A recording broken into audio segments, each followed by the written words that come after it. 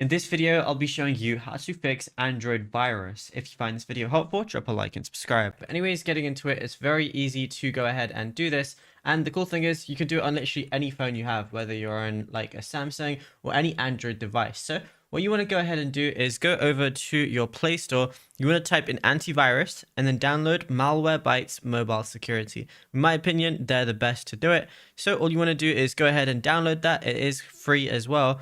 There is a paid version, but you don't need that. And then all you want to do is once you log in and everything, go ahead and press scan now. So what you have to do is give it permission for file access, because obviously it's going to be going through your files.